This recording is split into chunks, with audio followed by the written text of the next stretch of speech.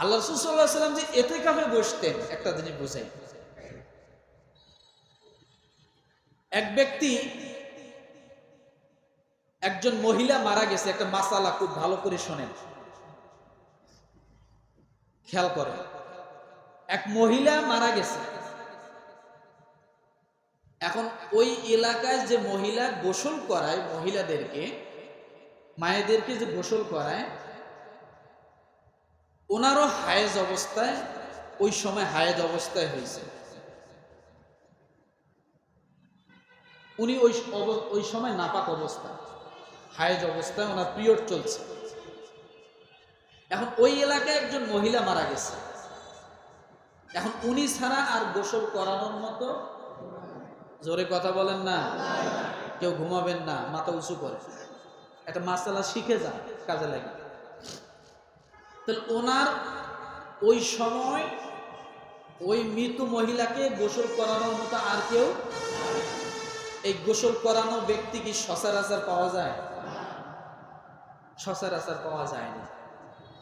এখন যিনি গোসল করাবে তিনি নিজেই কি, তিনি নিজেই হায়েজ অবস্থায়, পিরিয়ড অবস্থায় আছে। এখন উনি এলাকার সব লোক ওনাকে যে ধরছেন, উনি তো প্রকাশ করতে পারছেন, উনি শুধু বলছে আমি এই মুহূর্তে গোসল করাইতে পারবো না, আমি, আমার শরীর নাপাক। পরে কয়েকজন মুফতি সাহেবের কাছে গেছে, সেই জামানায় বড় বড় হুজুরদের কাছে গেছে, যা বলছে যে আমাদের এলাকায় একজন মহিলা মারা গেছে, আর যিনি গোসল করেন তিনিও মাত্র একজন মহিলা। এখন এই মহিলাটাকে কে গোসল করাইবেন? উনি ছাড়া তো আর কেউ সাহস করতে পারছে না। আর উনিও চাচ্ছে যে আমি যাতে গোসল করি, মানে আমি যেন মহিলাটাকে গোসল করাই। ওনার ইচ্ছা যে আমি এনাকে গোসল করাবো, কিন্তু উনি নাপাক অবস্থায়।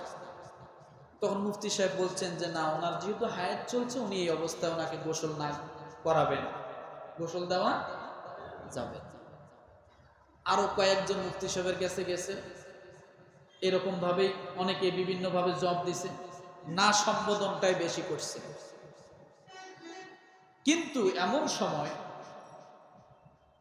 একজন বড় হুজুরের কাছে, তার থেকেও একজন বড় হুজুরের কাছে গেছে, সব হুজুররা পাঠিয়ে দিছে ওনার কাছে যান, যাইয়া এই মসআলা জিজ্ঞান যে আপনি এই মুহূর্তে ওই মৃত মহিলাকে গোসল দেওয়াইতে পারবেন কিনা।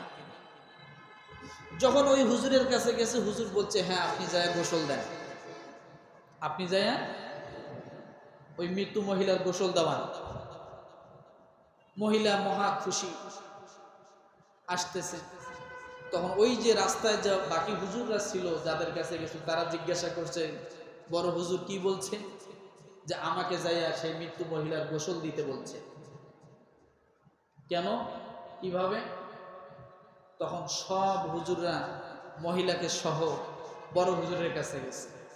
যাওয়ার পর জিজ্ঞাসা করছে যে হুজুর, আমরা তো জানি যে এই অবস্থায় আসলে মৃত্যু মহিলা, তাকে গোসল করানো যায় না, আপনি গোসল করাইতে বলছেন কোন হাদিসের প্রেক্ষিতে? সুবহানাল্লাহ বলেন, আরো জোরে বলেন। আসলে ইসলামটা অনেক গভীর, যে যতটুকু পারে ততটুকু ধরতে পারবে। কথা বলছেন না? নদীতেও মাছ পাওয়া যায়, পুকুরেও মাছ পাওয়া যায়, সাগরেও মাছ পাওয়া যায়। নদীর মাঝি, পুকুরের মাঝি নদীতে যায় মাছ পাবে না সহজে, আর নদীর মাঝি সাগরে যায় কোনো কুল কিনারাই পাবে না। যারা ইলিশ মাছ ধরে, আপনারা যে ইলিশ মাছ খান, এটা সাধারণ মশারিওয়ালা মাঝিরা ধরে না, ধরে নদীর মাঝিরা যায় ধরে না। এরা অনেক বড় বড় কলজেওয়ালা মাঝি, 15 দিন 20 দিন পর্যন্ত সাগরের মাঝখানে থাকে, কুল কিনারা কিছুই পায় না। কথা বোঝেন নাই? এখন বলছে যে আপনি যে মশলা দিলেন এটা কোন জায়গা থেকে দিলেন? তখন উনি একটা হাদিসকে কিয়াস করেছে। কিসে? তখন হুজুর বললেন দেখো,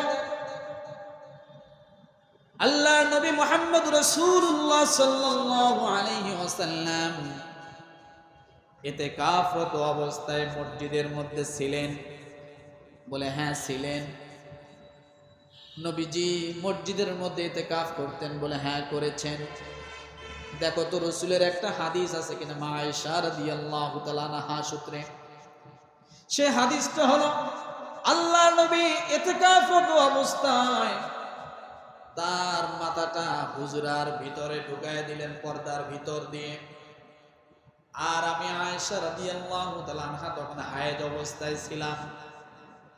এমন সময় আল্লাহ রসুলের মাথাটা আমি সুন্দর পানি দিয়ে ধুয়ে দিয়ে তেল লাগাই দিয়ে আমি রসুলের মাথাটাকে নিজে আশ্রয়া দিলাম।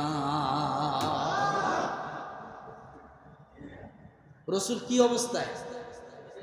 কথা বলে না? ইতিকাফরত অবস্থায় আল্লাহ রসুল মাথাটা হুজরার ভিতরে পর্দার ভিতরে ঢুকায় দিলেন। আয়েশা সিদ্দিকা রাদিয়াল্লাহু তাআলা আনহা রসুলের মাথাটা সুন্দর করে ধোয়ায় দিয়ে মাথায় তেল লাগাই দিয়ে আশ্রয় দিয়ে তার দিলেন। তারপরে রসুল আবার ইতিকাফরত জায়গায় আবার বসে গেলেন। হুজুর এবার হাদিসটাকে কিয়াস করলেন। একজন মা আয়েশা সিদ্দিকা রাদিয়াল্লাহু তাআলা আনহা অপবিত্র অবস্থায় যদি তিনি আল্লাহ রসুলের মাথা মোবারক ধুয়ে দিতে পারেন, জীবিত মানুষকে ধুয়ে যদি পবিত্র করে দিতে পারেন, তাহলে একজন অপবিত্র মহিলা একজন মৃত মানুষকে কেন পবিত্র করতে পারবে না? হাদিস কোথা থেকে কোথায় আসে? এই জ্ঞানটা কি সবারই থাকবে? কথা বলে। আমরা তো খালি হাদিস খুঁজবো, কিরে মরা মানুষের গোসল দেওয়ার হাদিসগুলো কই?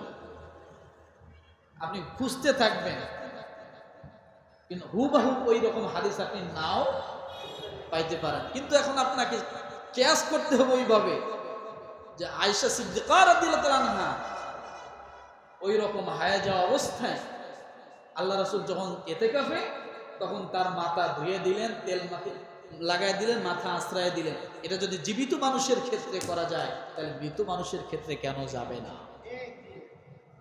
কথাটা কি বুঝাতে পারছি? এই কথাটা কেন বললাম? শুধুই আখিরাত নয়, এই জন্য রব্বুল আলামিন দোয়া শিখিয়ে দিলেন, রব্বানা আতিনা ফিদ দুনিয়া হাসানা ওয়া ফিল আখিরাতি হাসানা ওয়া কিনা আযাবান নার।